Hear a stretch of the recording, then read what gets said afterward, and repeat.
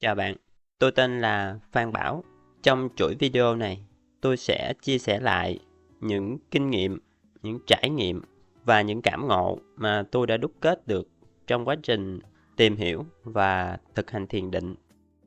Nội dung trong chuỗi video này, chúng ta sẽ đi tìm hiểu về thiền là gì, thực hành thiền là làm những hoạt động nào. Thiền sẽ giúp cho chúng ta quay lại cái trạng thái sống tự nhiên là như thế nào, sống không lệ thuộc vào điều kiện là như thế nào. Và tôi sẽ không nói nhiều về tác dụng của thiền định trong cuộc sống hay là trong quá trình chúng ta tìm hiểu bản thân, mà tôi sẽ nói nhiều về tác động của thiền dành cho mỗi chúng ta trong quá trình chúng ta sống và làm việc. Thiền nó sẽ tác động như thế nào?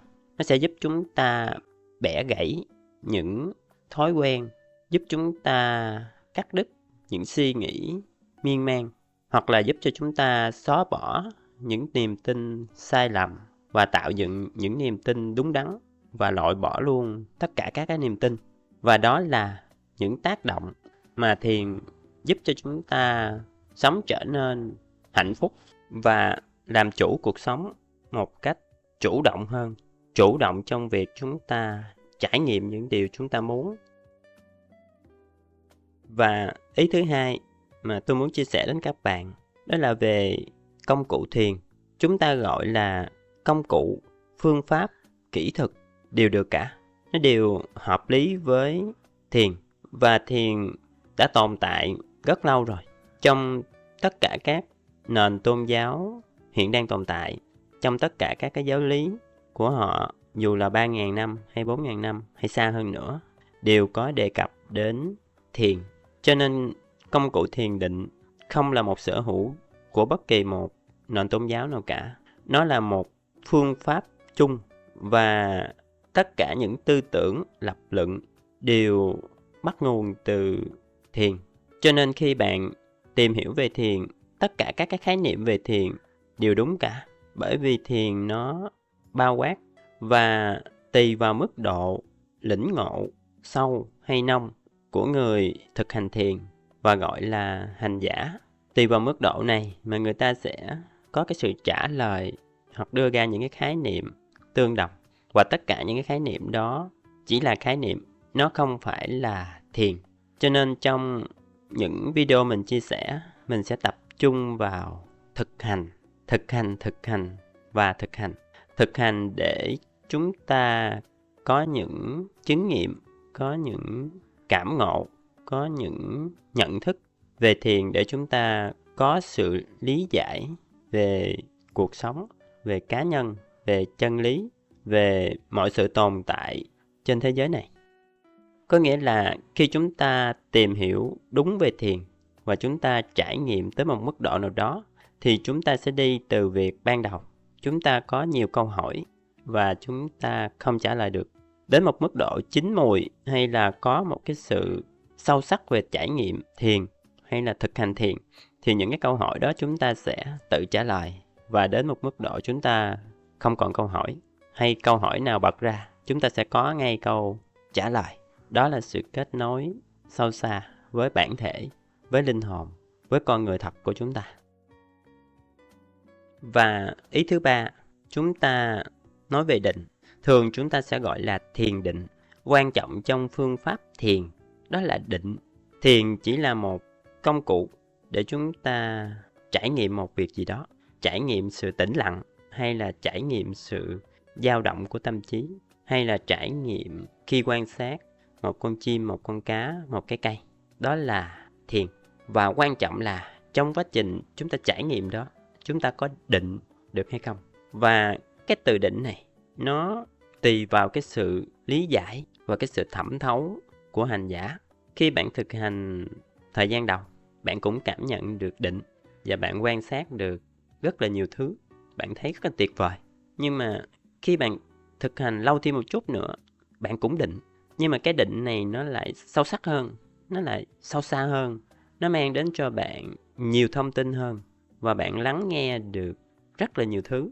Và khi bạn định càng sâu thì nó sẽ tỷ lệ thuận với trí tuệ. Định càng sâu, trí tuệ càng nhiều. Đó. Thì những chia sẻ này của mình, nó chỉ là cái phương hướng giúp cho chúng ta thực hành thiền.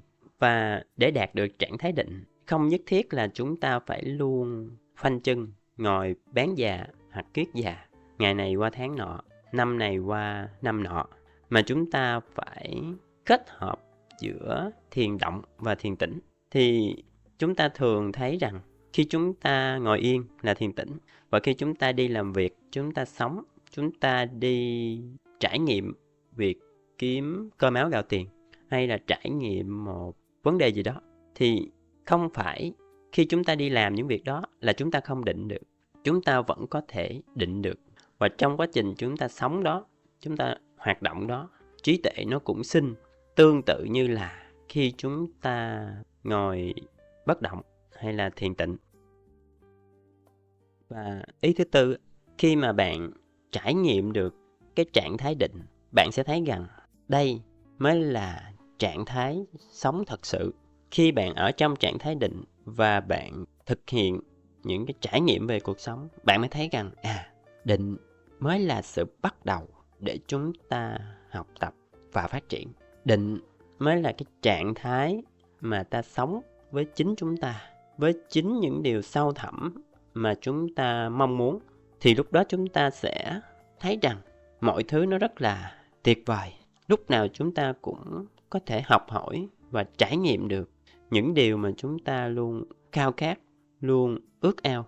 Có thể là một cái ánh nhìn, một đàn kiến bò, hay một con kiến đang tìm thức ăn, hay chúng ta đang ngắm một cái cây, hay là chúng ta đang ở bên gia đình, vợ con, cha mẹ, anh em.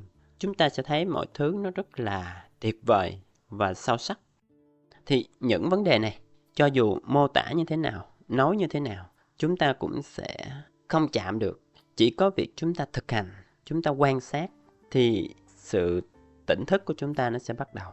Và trong cuộc sống của chúng ta sẽ biết phải thực hiện như thế nào trước các cái hoàn cảnh, trước các cái sự việc một cách chủ động, chứ không có lệ thuộc vào bất kỳ một cái điều kiện gì cả.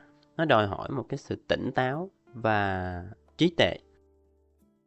Thì những chia sẻ của mình không mô tả được cái hành trình đó, bởi vì trong cuộc sống của chúng ta trải qua rất là nhiều sự kiện, sự việc trong một ngày, và đòi hỏi sự nhạy bén của chúng ta trong quá trình chúng ta quan sát đó. Thông qua việc chúng ta phải hiểu sâu sắc về thiền, trải nghiệm nó, thực hành nó một cách chính xác, thì nó sẽ mang lại cho chúng ta những gì mà chúng ta muốn. Và đó là một vài ý mình chia sẻ với các bạn trong video đầu tiên này. Xin chào và hẹn gặp lại các bạn ở những video tiếp theo.